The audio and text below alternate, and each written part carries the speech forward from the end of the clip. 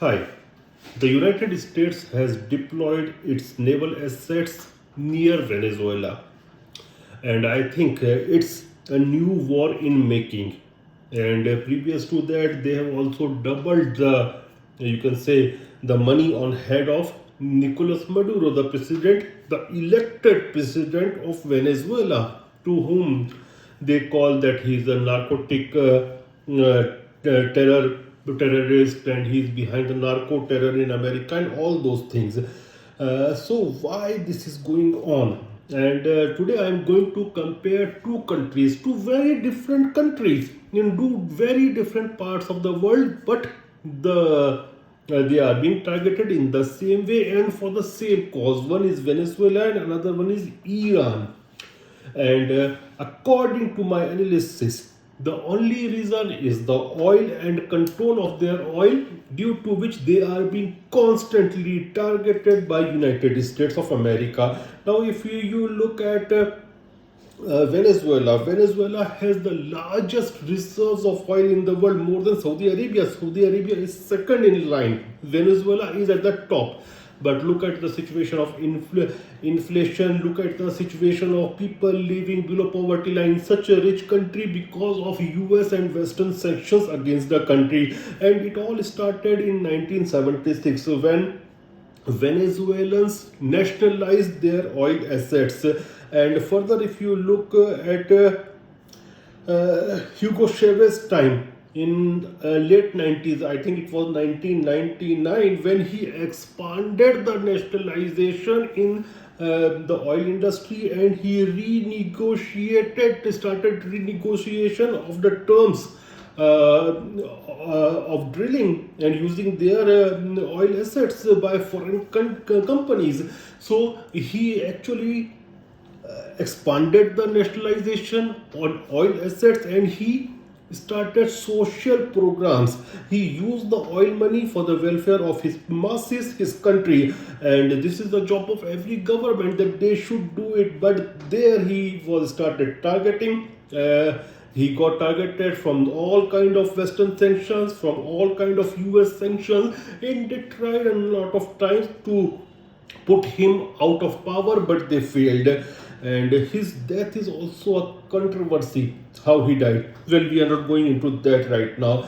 Now, compare the same with the country of Iran. Iran is also constantly under US sanctions. And if you look at Iran in 1951, to be very precise, March 1951, the democratically elected prime minister of Iran, his name was Muhammad Mossadegh, and Westerners called him Mossadegh. So whatever you can call Muhammad Mossadegh or Muhammad Mossadegh, he pushed for economic sovereignty of his country, and he took control of his country's oil assets from British companies, that Anglo-Iranian oil company and all those things. And what happened? There was a coup against him. That coup was actually instigated by CIA and British intelligence, and they installed the monarch in the country. And later that monarch was so awful and hated by the masses, and he was using the assets of the country for welfare of not just himself, but his masters, that is the Western powers.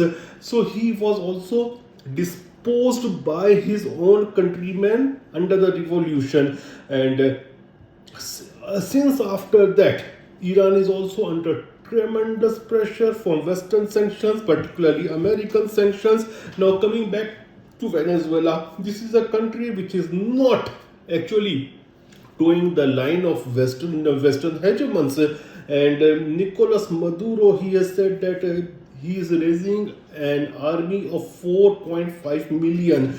It is a huge army. We don't know what is going to happen, but I think if the war in Ukraine stops, then there will be a balance of power in most of the regions of the world, including Venezuela, Caribbeans, and also in the Middle East. And there will be definitely help from other countries like China and Russia to Venezuela. And if this war takes place, it will be another Vietnam or Afghanistan for United States of America.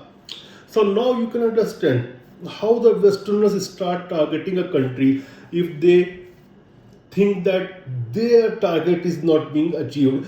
They will call it undemocratic, they will call it illiberal, they will call them fanatics. We saw what happened with Muammar Gaddafi of Libya.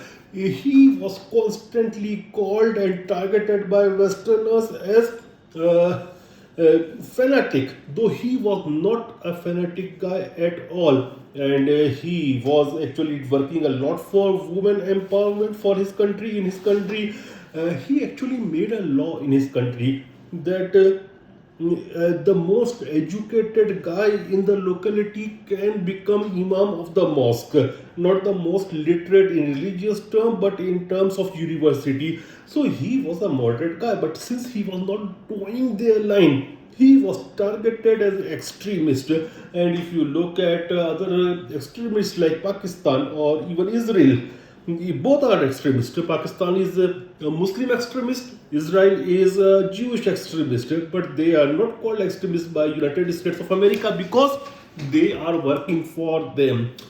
But any country who will work for its sovereignty, they will call them extremists. And I don't think that those days are too far when they will start targeting India also on democracy. They will lecture India on democracy, right, freedom to speech and all those things. And whenever these countries talk about freedom of speech and democracy, one should be very afraid of.